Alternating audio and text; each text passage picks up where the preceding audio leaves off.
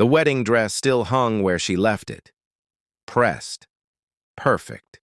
Untouched. White fabric catching the light of a morning that was supposed to change her life forever. The kind of dress you wear once, the kind of dress you don't leave behind. Her phone lay face down on the table. Then it vibrated, and vibrated again.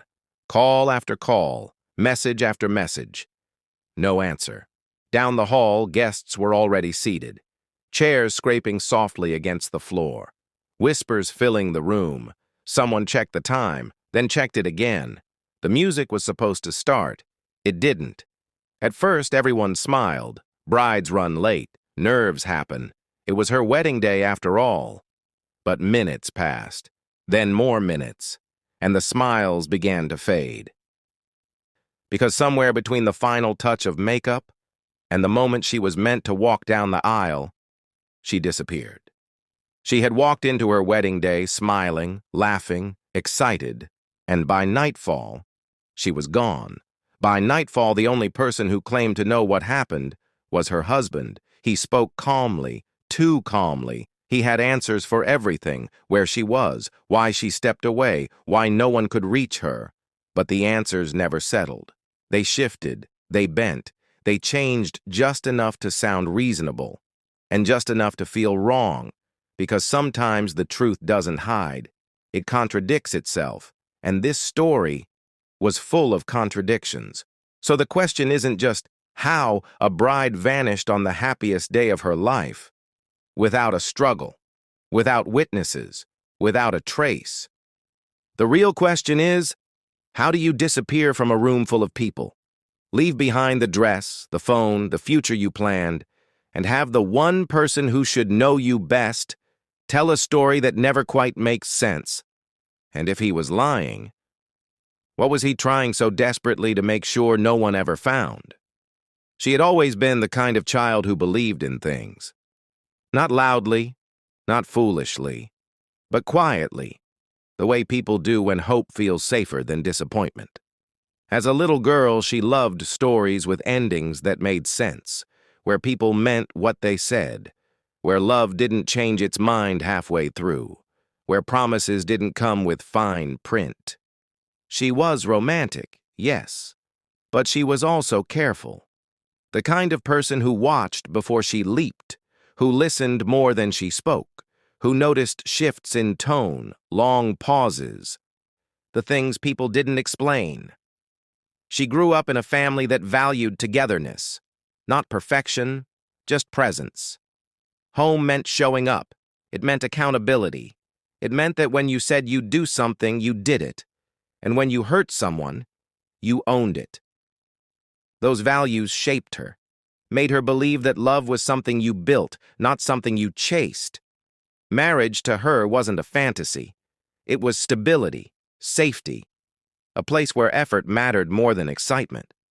But life didn't make that easy.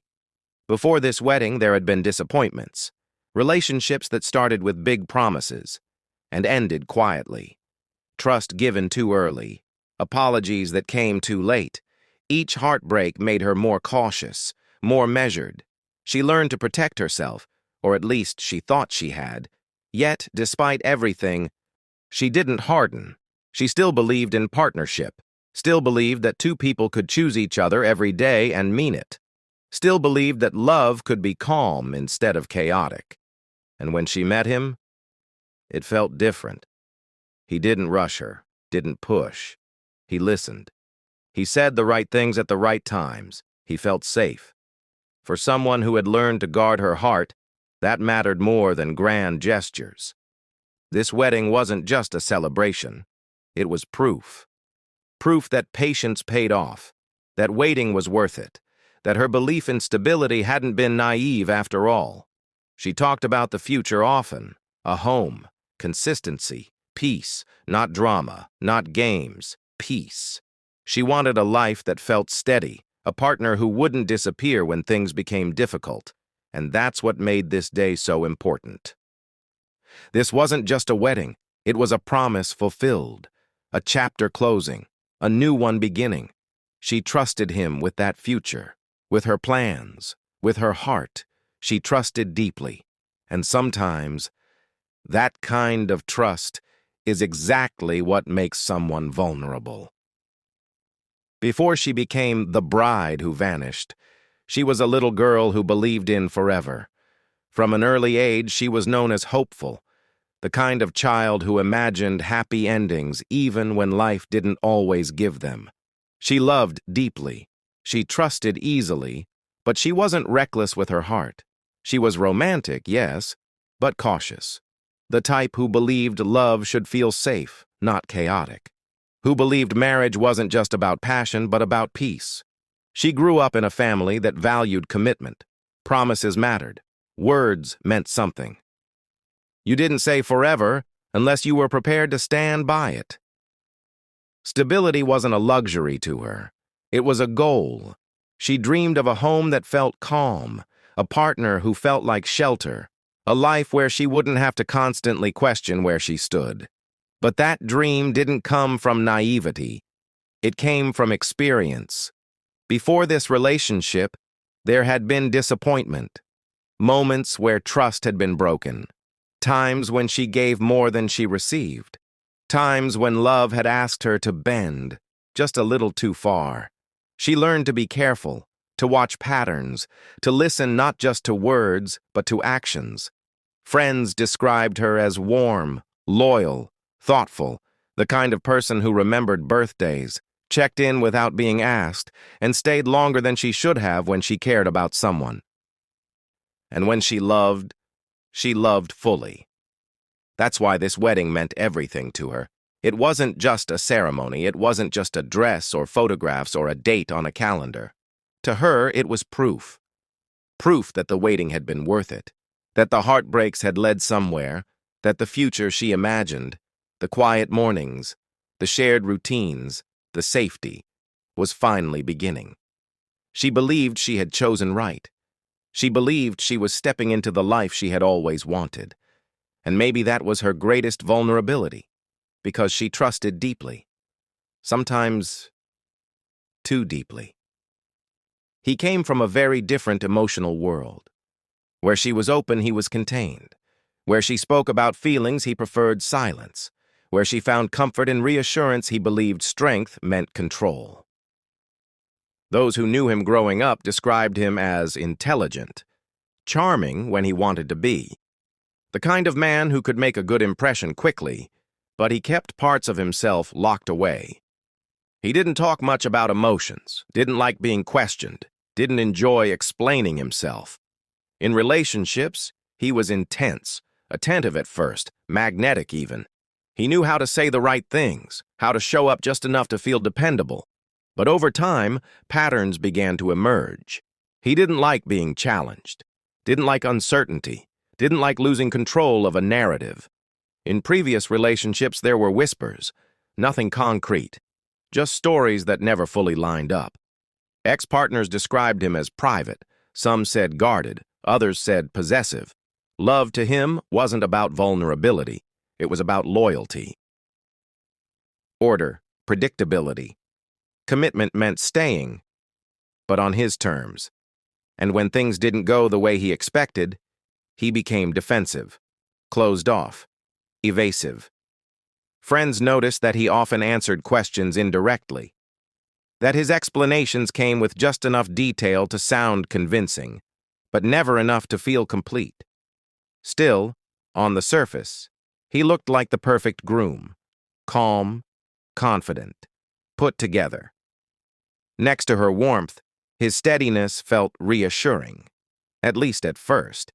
But beneath that calm, there was tension, because while she believed love was about building something together, he believed love was about holding things in place. And though they loved each other, they didn't love each other in the same way. Before she was a bride, before the dress, the venue, the vows waiting to be spoken, she was a girl who believed in possibility.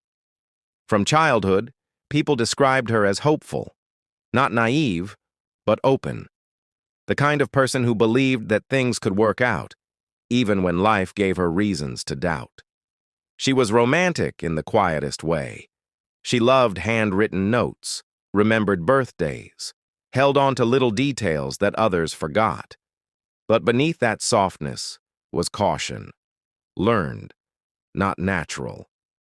She came from a family that valued stability, not perfection, not excess, but togetherness. They believed in staying, in working through problems, in building something slowly and protecting it fiercely. Growing up, she watched relationships closely. She learned what love should look like and what it shouldn't.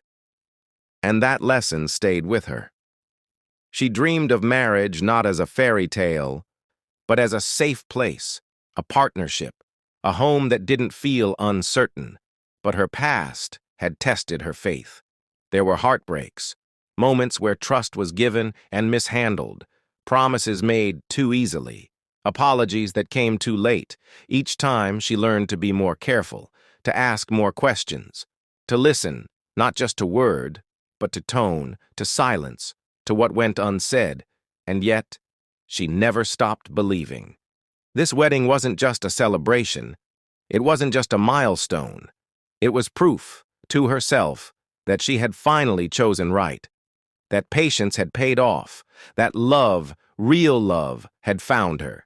She believed she was stepping into security, into permanence, into a future she could finally exhale inside because she trusted deeply, sometimes too deeply. And that trust would become the most fragile thing she carried with her into that marriage. He came from a very different place. Where she leaned into emotion, he learned early how to contain it. Friends described him as charming, effortlessly so. The kind of man who knew exactly what to say in public. Polite, attentive, impressive in small doses, but private, very private. He didn't talk much about his past. When he did, details were vague. Stories ended before they got uncomfortable. Growing up, he learned that control meant safety, that showing too much could be used against you, that love wasn't something you felt, it was something you managed. In past relationships, there was a pattern. Nothing dramatic on the surface, no explosive endings, just distance, misunderstandings.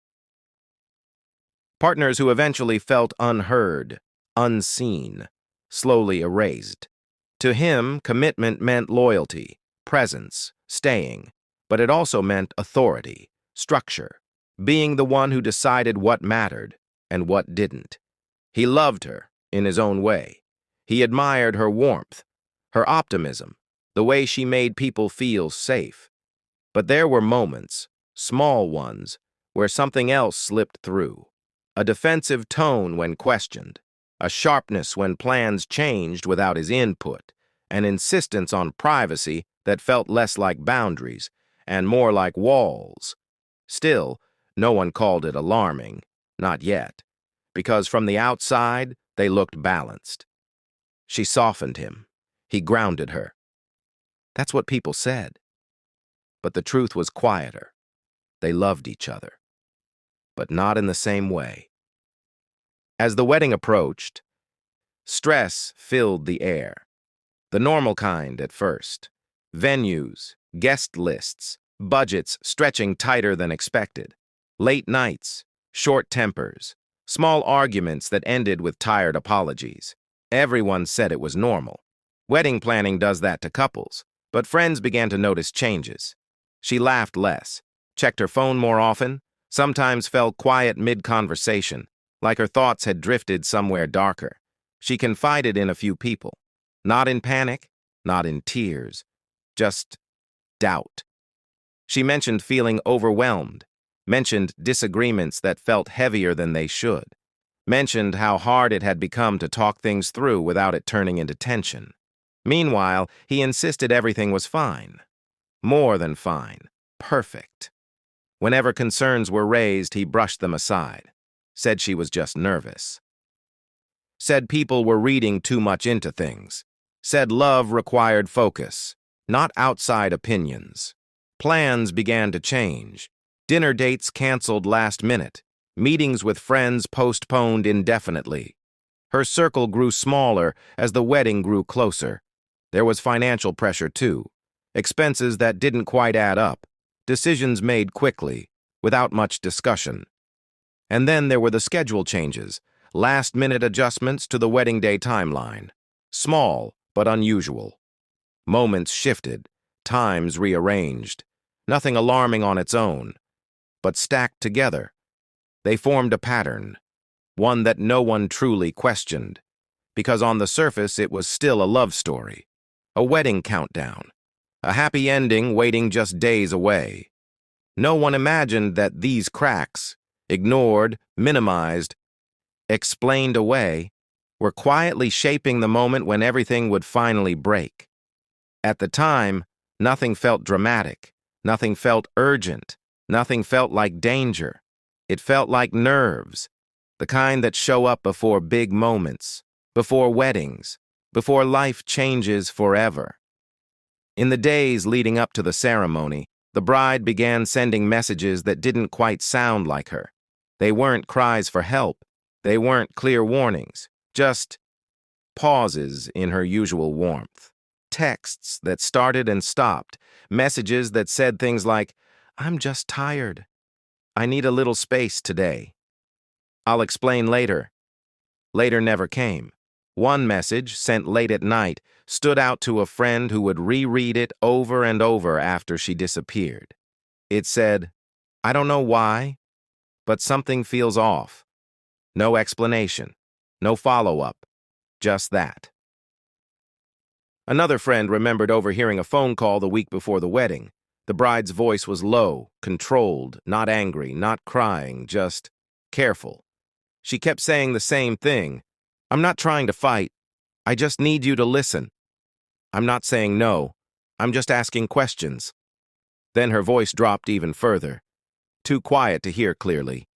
When the call ended, she smiled like nothing had happened, and no one pressed her, because weddings are stressful, because love is complicated, because everyone assumes things will calm down once the day arrives. When people asked the groom simple questions, harmless ones, he reacted strangely, too quickly, too sharply. "Are you excited? Everything ready? You nervous?" He laughed them off, changed the subject, insisted everything was perfect. Perfect was his favorite word.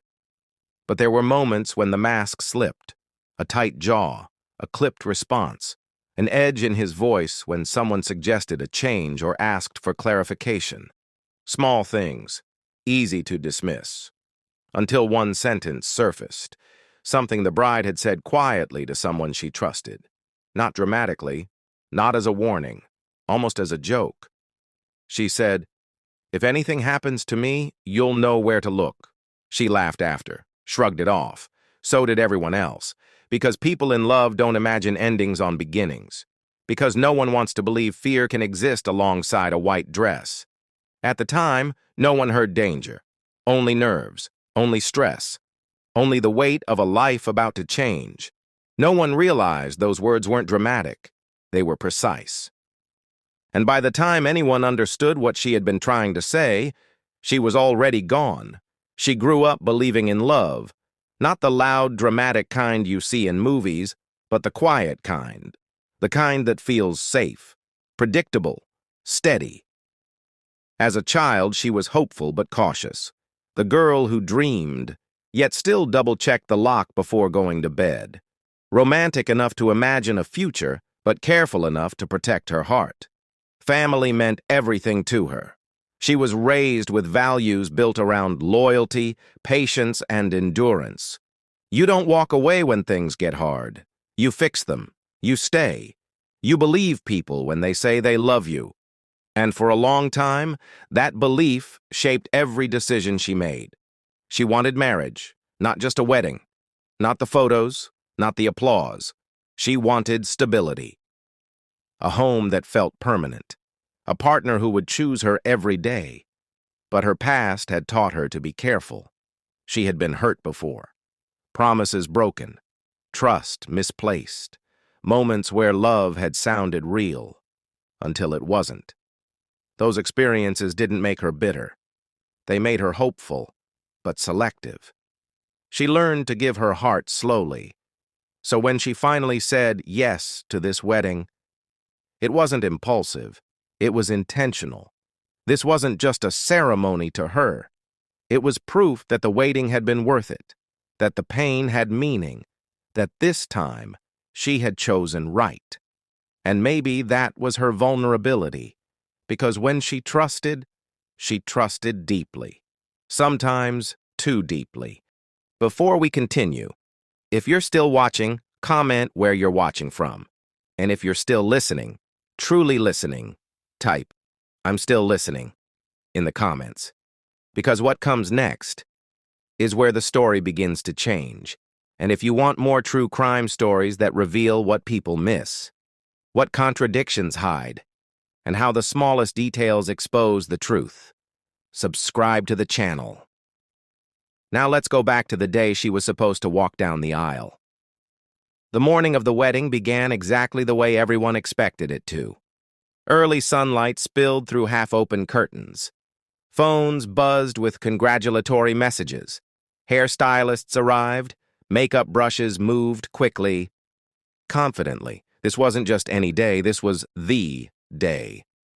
She woke up early, too early according to her bridesmaids. Nervous excitement, they assumed. She laughed it off, said she couldn't sleep, said she just wanted everything to be perfect. She showered, she prayed, she checked her phone. Witnesses would later say she seemed calm, happy, focused. Nothing about her that morning suggested she was about to vanish. Around mid-morning, she was last seen in the bridal suite, still in her robe, hair half done, her wedding dress hanging nearby, waiting. She sent a message to a close friend, short, ordinary, something about timing, something about stress. It would be the last message she ever sent. As the ceremony time approached, people assumed she was simply running late. Brides always do.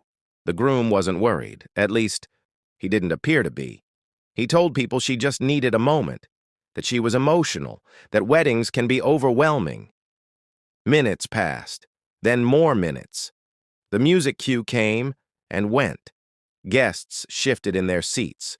Whispers grew louder. Someone laughed nervously. Still, no bride. When the wedding coordinator went to check on her, the room was empty. The dress was still there, perfectly untouched. Her phone was there too, but she wasn't. That's when panic finally crept in. Calls were made, messages sent. Her name called out down hallways and staircases. Nothing. And then there was the groom. Because this was the moment when everything should have changed. This was the moment someone should have called the police. But he didn't. Instead, he waited. He told people she had stepped out, that she needed air, that she would be back, but no one could explain where she had gone. And when pressed for details, when asked when he last saw her, where they spoke, what she said, his answers didn't line up. At first, he said he'd spoken to her just minutes before the ceremony. Then later, it became earlier that morning. Then it shifted again, outside the venue, in private. Somewhere no one else could confirm.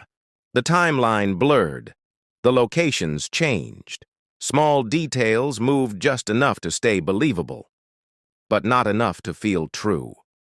When the police were finally contacted, hours had already passed. Hours where evidence could disappear. Hours where a trail could go cold. Hours where memories could be reshaped. And as investigators began reconstructing the morning, one thing became impossible to ignore. The groom's version of events didn't match anyone else's. Witnesses placed her in places he said she'd never been. Phone data contradicted his timeline. His calm demeanor clashed with the urgency of the situation. And then there was his very first explanation, the one he gave before anyone else could influence him, the one that came out instinctively. It didn't match the facts. And once that first story fell apart, everything that followed began to look less like confusion and more like control. Because people don't just disappear on their wedding day, not without leaving something behind, and not without someone knowing more than they're saying. When police first stepped in, they were met with a story that sounded prepared. The groom spoke willingly, too willingly. He sat upright, hands folded, voice steady. He explained that the bride had been overwhelmed, that she needed air, that she stepped away just for a moment. But moments turned into hours, and hours demanded answers. Investigators began where they always do, with the timeline. What time did she wake up? Who saw her last? What exactly happened between the hotel room and the aisle? The groom answered quickly. Too quickly. But when detectives returned to those same questions later, the times shifted, not drastically, just enough. First, he said she left the room at 10:15, then it became 10:30, later closer to 11. Each change was small, almost reasonable. But timelines don't bend unless something is being forced. Police asked him to walk them through the morning again, slower this time. His words stumbled, details blurred. Things he had been certain about hours earlier suddenly became, I'm not sure, or I don't remember exactly. Then came the phone records. Her phone hadn't gone silent immediately. There were unanswered calls, missed messages, a brief moment when it pinged a nearby cell tower, then nothing. The groom claimed he tried calling her non-stop. The records told a different story. There were gaps, long ones, periods where no calls were made at all. When questioned about this, he shrugged it off, said he must have been distracted, said everything was chaotic, but chaos leaves fingerprints. And this wasn't random chaos, it was selective. Witnesses were brought in next. A bridesmaid remembered the bride being unusually quiet that morning. Another recalled her stepping away after a phone call, her face pale, hands shaking. A hotel staff member claimed they saw the groom leave the hallway twice, once calm, once visibly agitated. Each account clashed with his version, not violently, not obviously, but enough to create fractures. Then there were the questions that shouldn't have mattered, but did. Why did he change his shirt before the ceremony? Why did he leave the venue briefly without telling anyone? Why did he insist the wedding continue longer than it should have, before finally admitting she was missing? Each time police pressed him, his demeanor changed. The charm slipped. His tone sharpened. He corrected investigators aggressively, even when they were simply repeating his own words back to him. Defensiveness crept in, then irritation, then something colder. He accused people of misunderstanding him, of twisting his words, of trying to make something out of nothing. But investigators weren't making anything. They were listening, and every time he spoke, the story shifted, the order of events changed, the reasons changed, the emotions changed. Only one thing stayed consistent. He always placed himself just outside the moment she vanished. Always near, never there. Always involved, never responsible. By the end of the interviews, detectives didn't have a confession. They had something more unsettling. A story that couldn't stay still. A man who talked too much and revealed too little. And a growing realization that the truth wasn't hidden somewhere far away. It was buried inside the contradictions he kept leaving behind. By the time investigators began piecing together what might have happened, her voice was already gone. But traces of it remained. Unsent messages sat in her phone, words typed, then erased, sentences started, then abandoned halfway through. Messages to friends that never left the draft folder. Messages to family that stopped mid-thought, as if she wanted to say something, but didn't know how, or didn't feel safe enough to. There were missed calls, too. Calls made late at night. Calls placed, canceled, then placed again. Calls that rang just long enough to prove she had tried, each one unanswered. In her personal notes, private, never meant to be read, she wrote about fear without naming it, about feeling watched, about feeling like she had to explain herself, about trying to keep the peace, even when something inside her was screaming that peace was already broken. She questioned herself constantly. Was she overthinking? Was she being dramatic? Was this just stress? She told herself it was normal, that weddings are overwhelming, that love requires compromise. But between the lines was a woman slowly shrinking to survive. Friends later said she had become quieter, more careful with her words, less spontaneous. She stopped sharing certain details, stopped complaining, stopped asking for advice, not because everything was fine, but because she didn't want to cause trouble. And that's how fear often sounds, not loud, not desperate, but polite. The systems around her failed quietly. No one flagged the warning signs. No one took the subtle changes seriously. No one realized that silence can be a survival strategy because she never said, "He's dangerous." She said things like, "I'm just tired. I don't want to stress anyone. It'll be better after the wedding."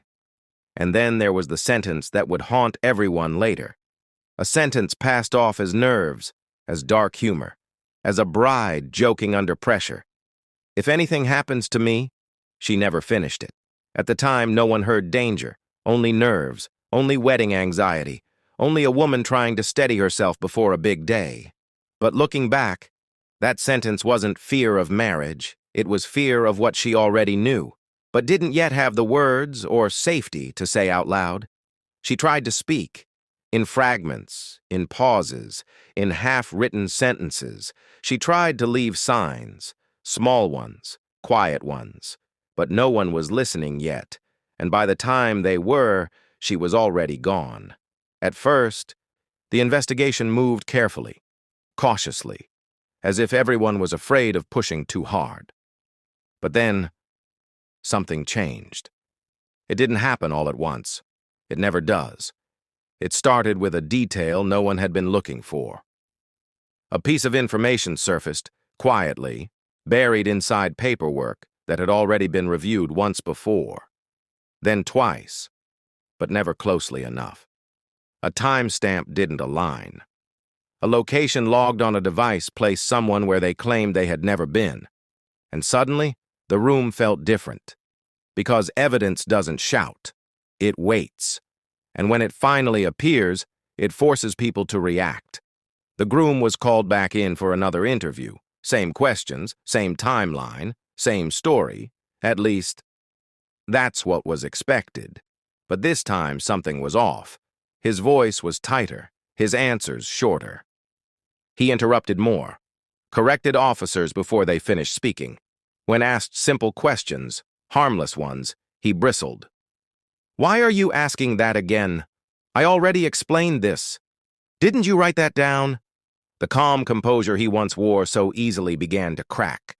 And then came the anger. Not explosive, not obvious, but sharp, defensive, unnecessary. Because people who are telling the truth don't usually fight the details. They let them stand. Around the same time, someone close to him did something unexpected. They changed their story. A statement given early in the investigation, one that supported his version of events, was suddenly revised.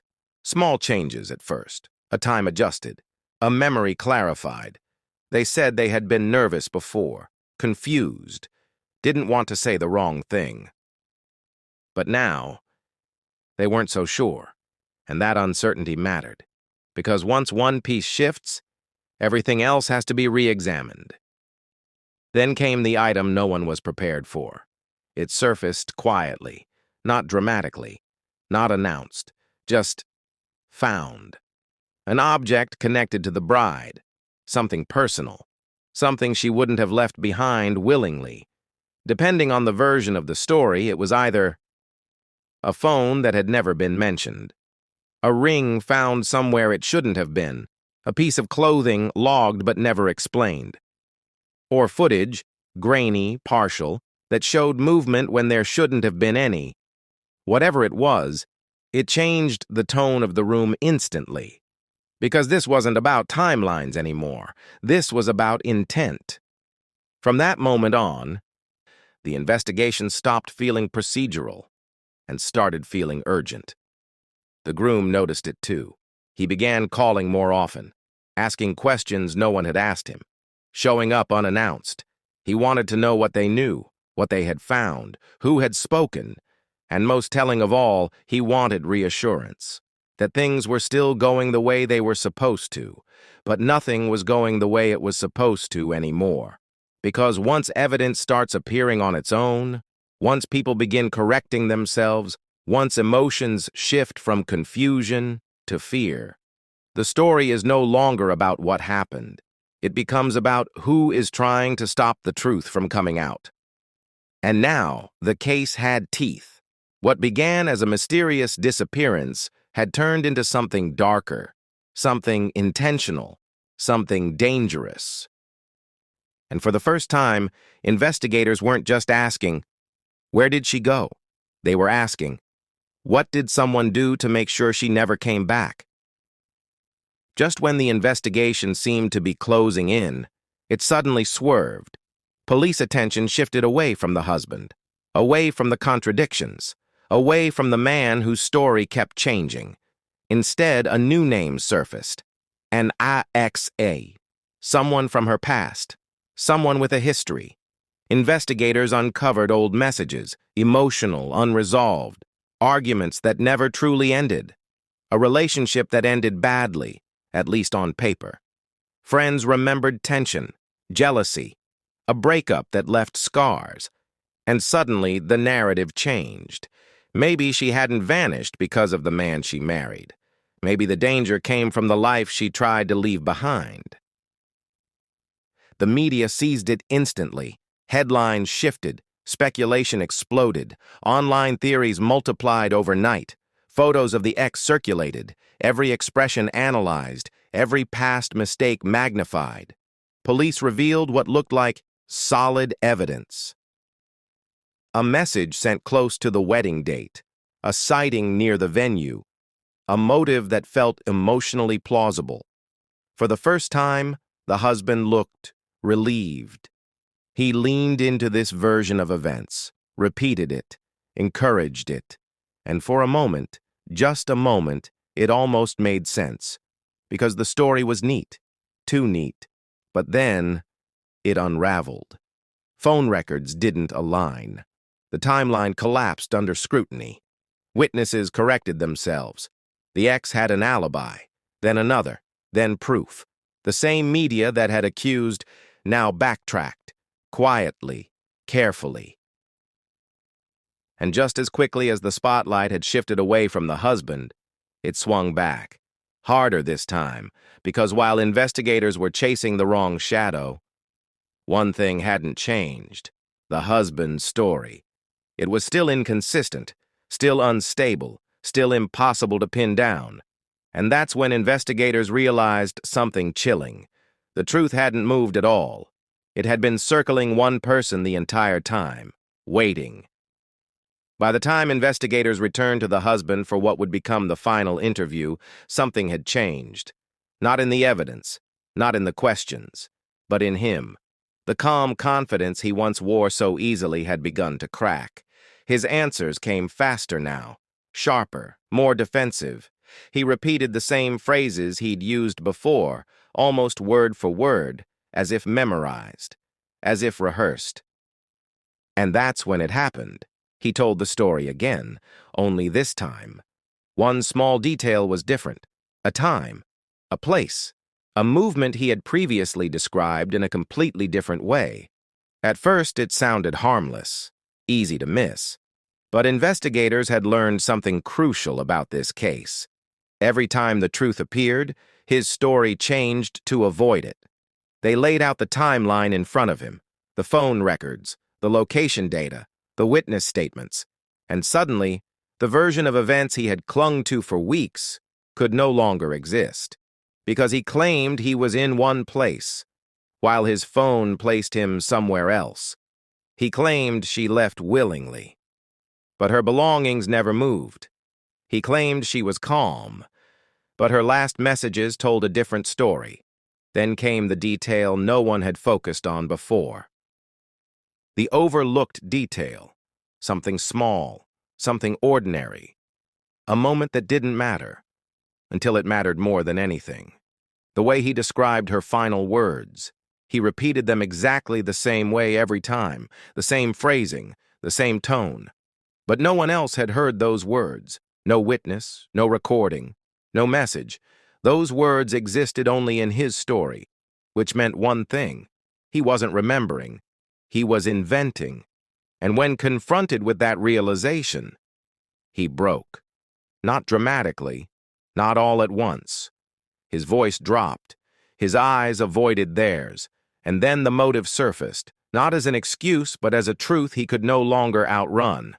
Control. Fear of losing her. Fear of losing the image he had built. Fear of what would happen if she walked away. This wasn't a crime born out of rage. It was born out of desperation. She was no longer fitting into the future he had planned, and rather than let her leave, he chose to make sure she never could. Whether through a confession, a slip of language, or evidence so undeniable it erased every alternative, the truth finally stood still. The story never made sense, because it wasn't true, and the answers he had offered from the very beginning were never meant to explain what happened. They were meant to hide it. The truth, once revealed, did not arrive quietly. It landed with weight, with shock, with a finality that no one was prepared for. When the legal process began, the courtroom was filled with silence more than sound. No gasps, no shouting, just faces frozen in disbelief as the story they thought they knew collapsed in on itself. The man who had stood at the altar, waiting for his bride, now stood accused. Every contradiction replayed, every lie stacked beside the next, every choice laid bare. Justice moved slowly, painfully slowly, and even when the verdict came, it did not feel like relief. Because justice can name guilt, but it cannot return what was taken. Her family sat together, holding hands they no longer recognized as steady. Parents who had once planned a wedding, now planned a funeral. Siblings who replayed every memory, searching for the moment they should have seen the signs. They asked themselves the questions that never leave. Why didn't we push harder? Why didn't we insist? Why did we trust the calm explanations? The community was shaken. A wedding that had once filled conversations with excitement now became a warning whispered in lowered voices. Neighbors looked at their own relationships differently. Friends questioned what they really knew about the people closest to them. Because if this could happen here, on a wedding day, in plain sight, then it could happen anywhere. And yet, even with convictions, with headlines, with legal closure, something remained unresolved. There was no final goodbye, no last embrace, no chance for her to speak her truth aloud. Justice punished a crime. But it could not heal the silence she was forced into. And for those left behind, the ache did not fade. It learned to live quietly beside them. A reminder that some endings are not clean, some truths come too late, and some wounds justice alone cannot fix.